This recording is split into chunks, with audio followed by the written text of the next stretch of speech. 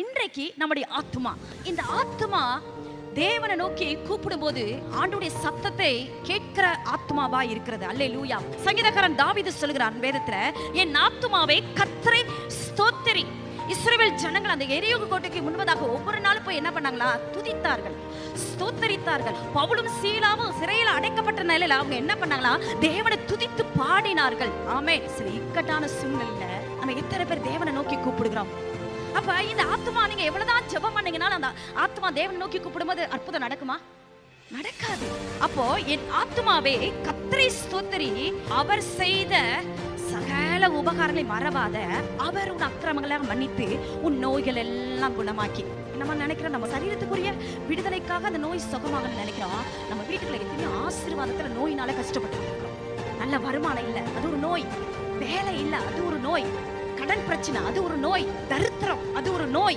நல்ல ஜெபம் பண்றோம், விசுவாசிக்கிறோம். பாருங்களேன், ஒண்ணு புரிஞ்சுக்கோங்க, நம்ம ஜெபிக்கிறோம், ஆனா அதுக்கு உண்டான காரியத்தை நம்ம யாருமே செய்யறது இல்ல. அல்லேலூயா. அந்த ஆத்மா தேவனை நோக்கி காத்திருக்குது, ஆனா அதனால பலன் வருதா? இல்ல. என் ஆத்மா கர்த்தருக்கு காத்திருக்குது. அது தாமதித்தாலும் நான் என்ன பண்ணுவேன்? கர்த்தருக்கு காத்திருப்பேன். பக்கத்துல பாசுங்க, என் வாழ்க்கையில சில காரியங்கள் நடக்கலைனாலும் நான் என்ன பண்ணுவேன்? கர்த்தருக்கு காத்திருப்பேன். அல்லேலூயா. அப்ப கர்த்தருக்கு காத்திருப்பது நம்முடைய இருதயம் என்ன பண்ணுமா? திடப்படும். சில தடைகள் நீங்குமா? அங்க வேலை இல்லையா? கஷ்டப்படுறீங்களா?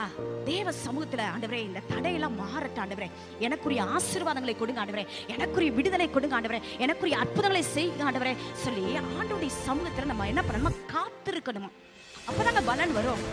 கர்த்தருடைய சமூகத்துல காத்திருக்கும் போதுதான் நம்ம குடும்பத்துக்கு வர வேண்டிய எல்லா நன்மைகளையும் நம்ம பெறனா தடை நீங்கும். அப்ப தாமதித்தாலும் ஆண்டவர் என்ன பண்ண மாட்டா? நம்மளை கைவிட மாட்டார்.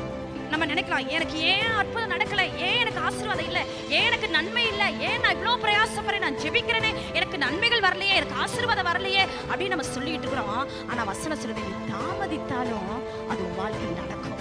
துதிக்கணுங்க. அல்லேலூயா.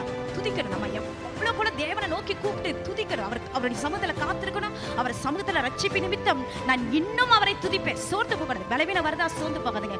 கஷ்டம் வருதா? சோர்ந்து போகாதீங்க. வறுமை வருதா? சோர்ந்து போகாதீங்க. நான் இன்னும் ஆண்டவரை தேடுவேன், இன்னும் நான் துதிப்பேன், இன்னும் தேவ சமூகத்துல காத்திருப்பேன். அப்ப அவரால எனக்கு ஒரு அற்புதம் நடக்கும். நீ ஜெபிக்கிறீங்களோ ஜெபிக்கலையோ, ஆண்டவருடைய பாதத்துல, ஆண்டவருடைய சமூகத்துல வந்து உட்கார்ந்துட்டு போங்க.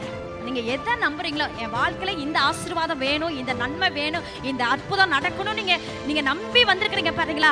அப்ப அவருடைய சமூகத்துல அமர்ந்து நீங்க காத்திருக்கும் போது அவர் உங்களுடைய இருதயத்தின் வேண்டுதலை எல்லாம் கர்த்தர் அவர் நிறைவேற்றுகிற வல்லமையுள்ள தேவனாய் இருக்கிறார். அல்லேலூயா.